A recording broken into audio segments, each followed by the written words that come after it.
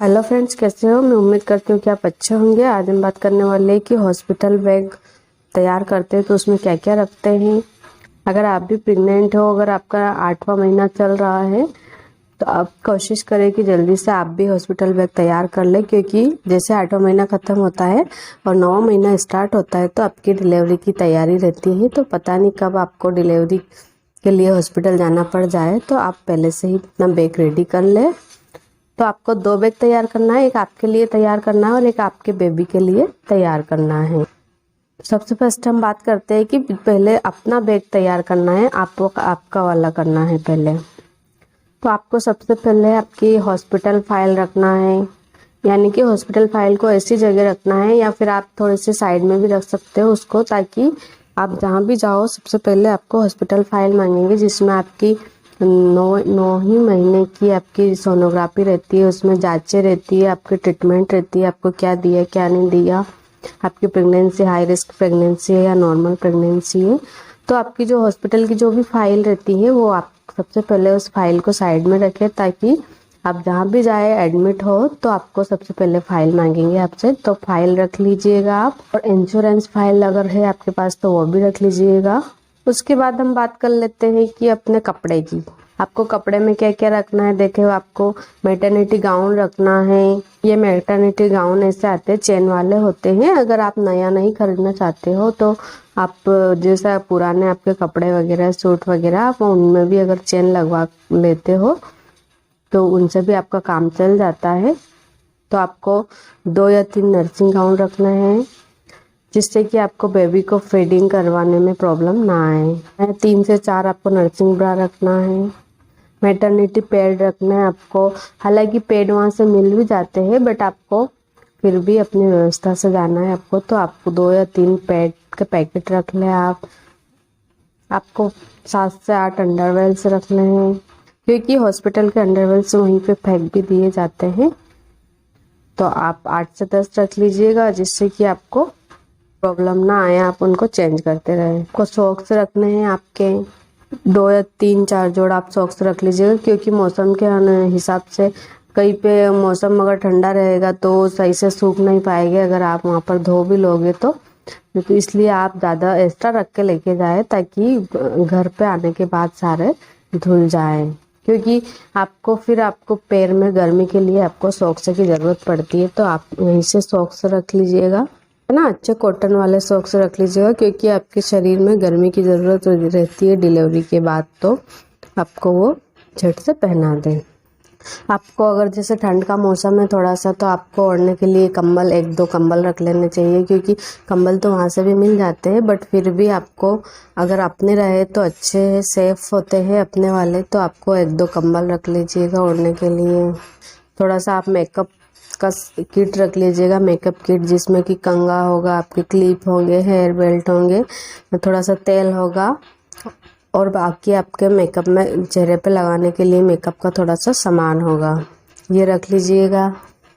2-3 हल्की शॉल रख लीजिएगा, जिससे कि आप अगर वहाँ थोड़ा बहुत घूमना चाहते हो तो आप शॉल रख लीजिएगा। थोड़ा सा बॉटल, आप थोड़ा सा नाश्ता वगैरह रख ले, क्योंकि आपको अगर लेबर एक्टिव नहीं होगा तो आपको 8 से 10 घंटे भी लग सकते हैं डिलीवरी होने में, इसलिए आपको नाश्ते की भी ज़रूरत लगती है वहाँ पे। वैसे तो हॉस्पिटल के बाहर सब चीज़ें मिल जाती है, लेकिन अगर आपके घर पे भी अवेलेबल है तो आप इनको रख सकते हो। एक पानी की बोतल रख सकते हो, ताकि वो आपके पास रहे, आपको जब भी पानी की ज़रूरत लगे आप पीते रहें। अगर ठंड का मौसम है तो आप अपने 1 या 2 स्वेटर रख सकते हो, क्योंकि वह डिलीवरी होते से ही आपको स्वेटर पहनाते हैं, तो फिर आपका परेशान होते फिरेंगे, इसलिए आपको 1 या 2 स्वेटर रख लेना है। अब हम बात कर लेते हैं कि बच्चे के बैग में आपको क्या क्या रखना है। ये तो आपका बैग तैयार हो गया है, आप इसको अलग साइड से रख दें। अब बच्चे के बैग को तैयार करना है। आपको 8 से 10 जोड़ आपको बच्चे के कपड़े रखना है। अगर आपके पास पहले आपकी डिलीवरी हो चुकी है, आपका दूसरा बेबी होने वाला है, तो आप पुराने वाले बेबी के, पहले वाले बेबी के कपड़े रख सकते हो। नहीं तो फिर आपको नए, फर्स्ट बार डिलीवरी होने जा रही है तो आपको हॉस्पिटल के बाहर भी मिल जाते हैं, आप वहाँ से भी खरीद सकते हैं, क्योंकि कपड़े में बार बार बच्चा सुसु भी कर देता है, पोटी भी कर देता है, किसी कारणवश वो गीले हो जाते हैं, इसलिए आपको बार बार कपड़े की ज़रूरत पड़ती है, तो उसके कपड़े चेंज करना रहता है। फिर उसके सॉक्स, हाथ के ग्लव्स, उसके सिर की कैप, ये ज़्यादा ज़रूरी रहते हैं। तो आपको ये भी 3-3 4-4 जोड़ आपको सॉक्स रखने हैं, हाथ के ग्लव्स रखने हैं, उसके 4 से 5 उसकी कैप रखनी है। आपको थोड़े बहुत रेपर रखने हैं, क्योंकि कोई से हॉस्पिटल में तो वहीं से सारी चीज़ें मिल जाती है, लेकिन ये आपके ऊपर डिपेंड करता है कि आप कौन से हॉस्पिटल में एडमिट होने जा रहे हैं। तो बच्चे को क्लीन करने के लिए वहाँ पर कपड़े मांगती है नर्स, रेपर मांगती है, तो वो भी आपको रखने हैं। कोई से हॉस्पिटल में तो बच्चे को पूरी तरह से रेडी करके ही बाहर निकाला जाता है, उसको नहला करके, कपड़े पहना करके, तैयार करके बच्चे को बाहर देते हैं। लेकिन कोई से हॉस्पिटल में सारा जो सामान है वो खुद से बच्चे को सिर्फ साफ करके दे देते हैं और बाकी अपने को खुद को ही करना होता है। दूसरी बात, बच्चे के आप वहाँ पर डायपर रखना ना भूलें, क्योंकि वो बार बार सुसु करता है, पोटी करता है, इसलिए 15 से 20 नेपी रखना है और बाकी आपको डायपर भी रखना है। तो आपको दोनों ही चीज़ें वहाँ पर काम आएगी। अगर आप डायपर रख रहे हैं तो आपको डायपर क्रीम भी रखना है, क्योंकि बच्चे को फर्स्ट बार डायपर पहनाते हैं, उसकी स्किन सेंसिटिव होती है, इसलिए उसको डायपर सूट हो या ना हो, इसलिए डायपर क्रीम भी आपको रखना है, ताकि क्रीम लगा दो फिर उस डायपर को पहना दो।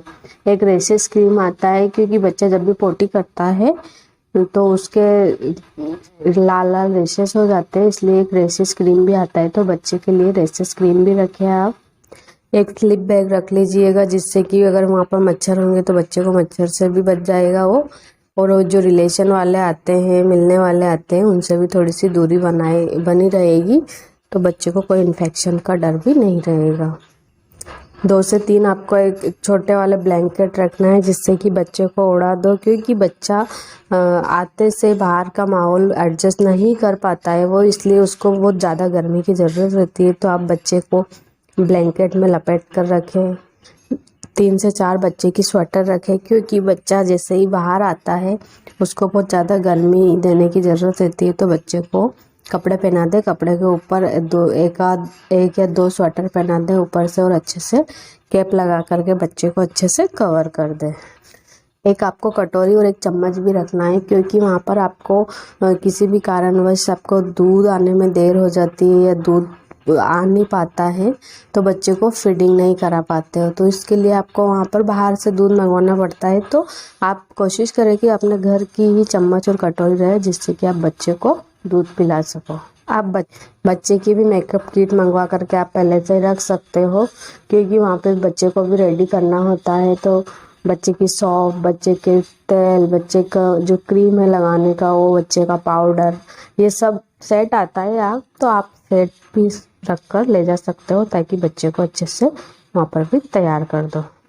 और फिर दोनों बच्चे के और माँ के दोनों को एक एक जोड़े से कपड़े ले जाने हैं आपको, नए वाले, जो कि आप घर पर आने वाले होते हैं। जब आप घर पर आते हो तो आप हॉस्पिटल के जो सारे कपड़े रहते हैं पुराने होते हैं, वो कई की माताएं वहीं पे फेंक दिया करती हैं। तो जब भी आप घर पर आते हो तो आप अच्छे से पहन कर आए, रेडी होकर के आए घर पर। तो फ्रेंड्स, आप समझ गए कि आपको दोनों बैग में क्या क्या रखना है, आपके लिए क्या रखना है, बच्चे के लिए क्या रखना है। और अगर हम कुछ भूल गई तो आप अपना सजेशन भी रख सकते हो यहाँ पर कि हॉस्पिटल बैग में और क्या रखते हैं, जिससे कि हमें वहाँ और कोई दूसरी प्रॉब्लम ना हो। तो आप अपना सजेशन बताइएगा कि आप इसमें और क्या ऐड कर सकते हो। और वीडियो अगर अच्छा लगा तो लाइक करें, शेयर करें एंड सब्सक्राइब करें। और हमारे और भी वीडियो देखना चाहते हो तो हमने वीडियो के डिस्क्रिप्शन में लिंक दे दी, आप वहाँ से और भी वीडियो देख सकते हो।